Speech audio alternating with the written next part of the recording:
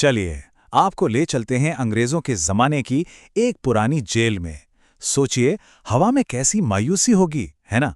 लेकिन आज उसी मायूसी के बीच कुछ बहुत ही मजेदार पकने वाला है।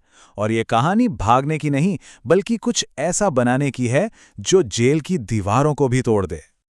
और कहानी की शुरुआत होती है हमारे हीरो गब्बर की एक शिकायत से। सीधी सी बात है, इस दाल में पानी है या पानी में दाल, इसका रिसर्च तो अब सीधा इसरो वाले ही कर सकते हैं। ये लाइन सिर्फ एक मजाक नहीं है, ये इस कहानी की पूरी तकलीफ को, पूरी हताशा को सामने रख देती है। बात सिर्फ बेस्वाद खाने की नहीं थी, बात थी थोड़ी इज्जत की, थोड़ी इंसानियत की। तो हमारे मेन कैरेक्टर हैं गब्बर और वीरू, और उनकी रोज की सच्चाई, जेल का वो बेस्वाद पानी वाला खाना। अब वीरू तो जैसे तैसे काम चला लेता, लेकिन गब्बर वो दिल से एक बावर्ची था। उसके लिए ये खाना सिर्फ बेस्वाद नहीं, बल्कि उसकी कला का अपमान था, और बस वो ऐसे और बर्दाश्त करने को तैयार नहीं था। यहीं से शुरू हुआ उनका सीक्रेट मिशन। अब जरा सोचिए उस सीन के बारे में। गब्बर को इतना गुस्सा आता है कि वो अपनी प्लेट जमीन पर दे मारता है, लेकिन प्लेट के बजने की आवाज की जगह एक अजीब खोखली थप की आवाज आती है। क्या था वो? फर्श का एक पत्थर जो हिल गया था, और उस पत्थर के नीचे छिपा था एक पुराना राज और एक बहुत ही डेयरिंग आइडिया का जन्म। देखिए, कोई और होता तो शायद वहां से भागने का रास्ता ढूंढता है ना, पर गब्बर को क्या दिखा? उसे एक किचन नजर आया। उसका प्लान कमाल का था कि इस छिपी हुई जगह को एक सीक्रेट अंडरग्राउंड किचन में बदला जाए, एक ऐसी जगह जहां वो असली मसालेदार जायकेदार खाना बना सकें। तो प्लान बन गया बिरयानी बनाने का। लेकिन ये प्लान जितना मजेदार था उतना ही खतरनाक भी।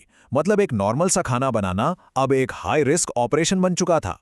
हर कदम पर पकड़े जाने का खतरा, हर पल डर।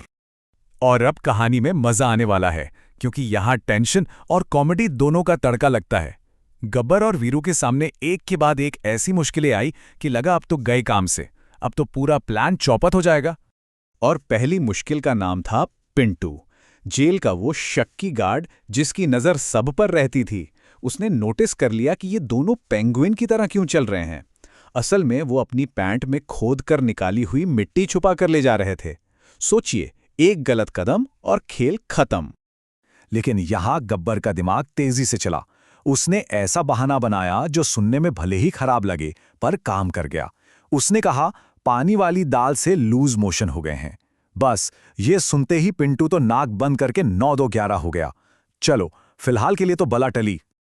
अच्छा, एक मुसीबत खत्म हुई तो दूसरी तैयार खड़ी थी। उन्हें अपनी साथी भैरवी से चिकन लेना था, लेकिन बीच में आ गई एक काली बिल्ली। अब शुरू हुई चिकन को लेकर गब्बर, वीरू और उस बिल्ली के बीच खींचतान। मजेदार सीन था, पर टेंशन भी उतनी ही थी। आखिर उनकी बिरयानी दांव पर लगी थी। अब इस खींचतान में शोर तो होना ही था, और इस शोर ने पिंटू को फिर से चौकन्ना कर दिया। लगा कि अब तो पकड़े ही जाएंगे। लेकिन गब्बर ने फौरन बिल्ली की म्याऊं वाली आवाज निकाली, और पिंटू को लगा कि सेल में पक्का कोई बिल्ली भूत है। एक बार फिर गब्बर की तेज बुद्धि ने उन्हें बचा लिया। अभी मुश्किलें खत्म नहीं हुई थीं। अब आया सबसे बड़ा संकट। उनके जुगाड़ वाले चूल्हे से धुआं उठने लगा, और इतना उठा कि पिंटू ने चिल्लाना शुरू कर दिया, आग आग, गब्बर का सेल जल रहा है। बस ऐसा लगा कि अब तो उनकी सारी मेहनत पर पानी फिर जाएगा। पर गब्बर तो गब्बर था। इस पूरे हंगामे के बीच वो शांत होकर योगा के पोज में बैठ गया, और पिंटू को समझा दिया कि अरे नहीं, ये तो जलपरी भूत को भगाने के लिए जड़ी बूटियों का धुआं है, एक अनुष्ठान है। और बेचारा पिंटू, उसके अंधविश्वास का एक बार फिर फायदा उठाया गया। अब सीन शिफ्ट होता है। कहानी का फोकस जाता है जेलर ठाकुर पर। वो अपने ऑफिस में अकेले बैठकर उबली हुई लौकी का बेस्वाद खाना खा रहे थे। जरा सोचिए, ऊपर उबली लौकी और ठीक उनके नीचे जमीन के अंदर पक रही थी लजीज बिरयानी। और बस यहीं से कहानी पूरी तरह पलट जाती है। वो बिरयानी की खुशबू, दालचीनी, इलायची, घी में भुने प्याज की महक हवा में तैरती हुई जेलर ठाकुर की नाक तक पहुंचती है। और वो खुशबू उन्हें कहीं बहुत पीछे अपनी पुरानी यादों में ले जाती है। अब उनका बस एक ही मिशन था, ये खुशबू आ कहां से रही है। तो जेलर साहब खुशबू का पीछा करते करते सीधा गब्बर के सेल तक पहुंच गए। उनकी नजर उस ढीले पत्थर पर पड़ी। उन्होंने कंबल हटाया, और सामने थी नीचे जाती हुई सीढ़ियां। अंदर का नजारा देखकर उनके होश उड़ गए। टेंशन अपने पीक पर थी। तो बस क्लाइमैक्स का टाइम आ गया था। गब्बर, वीरू, भैरवी तीनों रंगे हाथों पकड़े गए। जेलर का गुस्सा 7वें आसमान पर था। उनका पूरा सीक्रेट किचन, उनकी पूरी दुनिया सबके सामने आ चुकी थी। और जेलर ने गुस्से में चिल्लाकर कहा, तुम सबको मैं आज टेररिस्ट के केस में फंसाकर उम्र कैद दिलवाऊंगा। उस एक पल में लगा कि बस अब सब खत्म। हमारे इन बावर्ची कैदियों के सारे सपने बिरयानी के धुएं की तरह हवा में उड़ने वाले थे। लेकिन कहानी में एक और ट्विस्ट बाकी था। जैसे ही जेलर अपना फैसला सुनाने वाला था, बिरयानी की वही खुशबू उसे फिर से अपनी मां की याद दिला गई।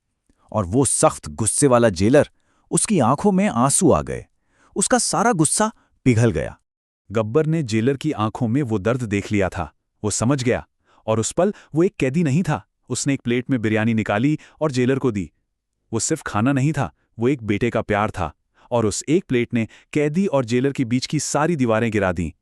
और नतीजा बहुत ही प्यारा था। जेलर ने ना सिर्फ उन सबको माफ कर दिया, बल्कि गब्बर को जेल का नया ऑफिशियल बावर्ची बना दिया। उस एक बिरयानी ने जेल के खाने का पूरा नक्शा ही बदल दिया।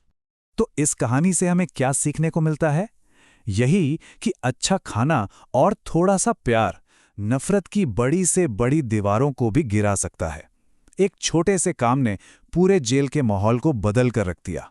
तो एक सवाल पीछे छूट जाता है, क्या कनेक्शन बनाने का एक छोटा सा काम किसी भी सजा से ज्यादा असरदार हो सकता है? ये कहानी हमें यही तो बताती है कि सबसे बड़े बदलाव हमेशा ताकत से नहीं आते। कभी-कभी ये प्यार से परोसी गई एक प्लेट बिरयानी से भी आ जाते हैं।